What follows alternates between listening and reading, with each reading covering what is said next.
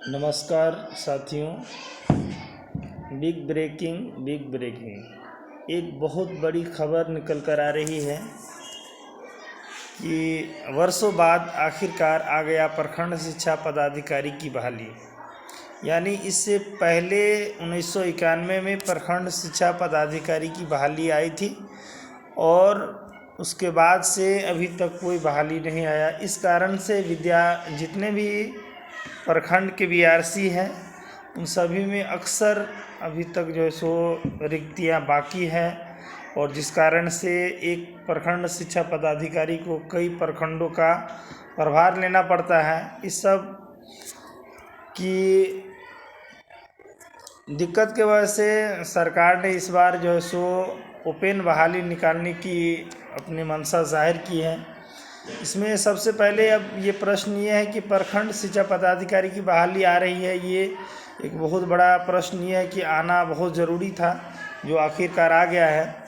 और उसके साथ साथ प्रखंड शिक्षा पदाधिकारी कैसा पद होता है, तो बहुत जो शिक्षा से जुड़े लोग हैं वो लोग तो जानते हैं कि प्रखंड शिक्षा पदाधिकारी का ये पद किस तरह का पद है, लेकिन जो लोग नहीं जानते उसके लिए भी एक महत्वपूर्ण जैसे जानकारी के रूप में ये साबित होगा कि प्रखंड शिक्षा पदाधिकारी यानी प्रखंड स्तर के शिक्षा के क्षेत्र में ये सबसे उच्च पद होता है। प्रखंड स्तर के ये जितने भी विद्यालय होते हैं, वह चाहे प्राइमरी हो, मिडिल हो, हाई स्कूल हो, उन सब का जिम्मेदारी उन्हीं के अंदर में रहता है। तो ये बड़े इससे ऊंचे पदाधिकारी होता है जिला में, जैसे डीओ होते हैं और उसके बाद जो है सो प्रमंडल स्तर के होते हैं। लेकिन हम यहाँ जो अभी बात कर रहे हैं वो प्रखंड शिक्षा पदाधिकारी की बहाली कर रहे हैं। ये पद होता है जो सो प्रखंड शिक्षा पदाधिकारी का जो पद है, प्रखंड शिक्षा पदाधिकारी की बहाली आ रही है। तो इसमें प्रखंड शिक्षा पदाधिकारी का पद के बारे में आपने समझ लिया। और अगले बात ये है कि प्रखंड शिक्षा पदाधिकारी की बहाली पूर्व में कैसे होती रही है।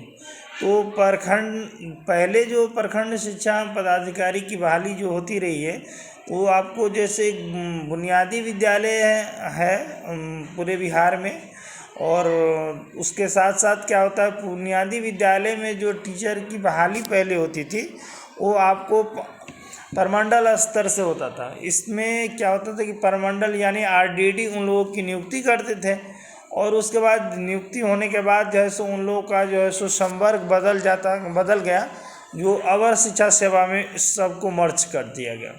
तो अवर शिक्षा सेवा में जैसे मर्ज हुआ तो मर्ज होने के बाद सभी का पूरे स्टेट का जितने भी जो है सो प्रमंडल के है टीचर, उस सभी का जो है सो अवर शिक्षा में एक सूची बन गया। उसके अनुसार से कभी जो है सो प्रधानाध्यापक के पद पे बुनियादी विद्यालयों में जो है सो उनका जो है सो चयन होता था। तो उन्हीं में से कभी जो बुनियादी विद्यालय के प्रधानाध्यापक होते थे उनका चयन फिर कभी किसी प्रखंड शिक्षा पदाधिकारी के पद में हो जाता था। तो इन सब की वजह से जो है सो अब जो है सो उतना शिक्षक नहीं रहे बुनियादी विद्यालय में या प्रखंड शिक्षा पदाधिकारी के रूप में। तो सरकार ने इसीलिए जो क्या किया है, प्रखंड शिक्षा पदाधिकारी की जो है सो ये बहाली निकाली है और बहुत जल्द आने वाला है। प्रखंड शिक्षा पदाधिकारी बनने के लिए क्या योग्यता होनी चाहिए, तो प्रखंड शिक्षा पदाधिकारी की जो योग्यता है वो अभी तक जो बात निकल कर आ रही है वो ये है कि स्नातक होना चाहिए और उसके साथ जैसे बीएड हो, डीएलएड हो, चाहे वो एनआईएस से ही क्यों नहीं क्या हो या डीपी के माध्यम से ही क्यों नहीं उनका डीएलएड कंप्लीट हुआ हो, तो वो जो है सो प्रखंड शिक्षा पदाधिकारी बनने के लिए आवेदन कर सकते हैं। लेकिन इसमें ये जो अनुभव की जहाँ बात है तो वो सुनने में ये आ रहा है कि लगभग 10 साल का अनुभव उनका होना ज़रूरी है या नहीं, इस पर अभी सस्पेंस चल रहा है। और उसका जो है सो जो लोग इच्छुक हैं, जो लोग बनना चाहते हैं कि जो है सो हम प्रखंड शिक्षा पदाधिकारी बने, तो उनके लिए एक सबसे महत्वपूर्ण प्रश्न ये है कि इस चीज़ पर विशेष रूप से ये ध्यान देंगे कि प्रखंड शिक्षा पदाधिकारी के सिलेबस क्या होगा। तो देखिए प्रधान शिक्षक और प्रधानाध्यापक की जो अभी वर्तमान में बहाली की प्रक्रिया जो चल रही है, उस प्रक्रिया में ये देखा गया है कि जो वहाँ का प्रश्न का जो था कि आप जो है सो उसमें से लगभग सामान्य अध्ययन के प्रश्न पूछे गए हैं 50% और 50% आपको प्रश्न जो है सो शिक्षा शास्त्र से जुड़े प्रश्नों को समावेशित किया गया है।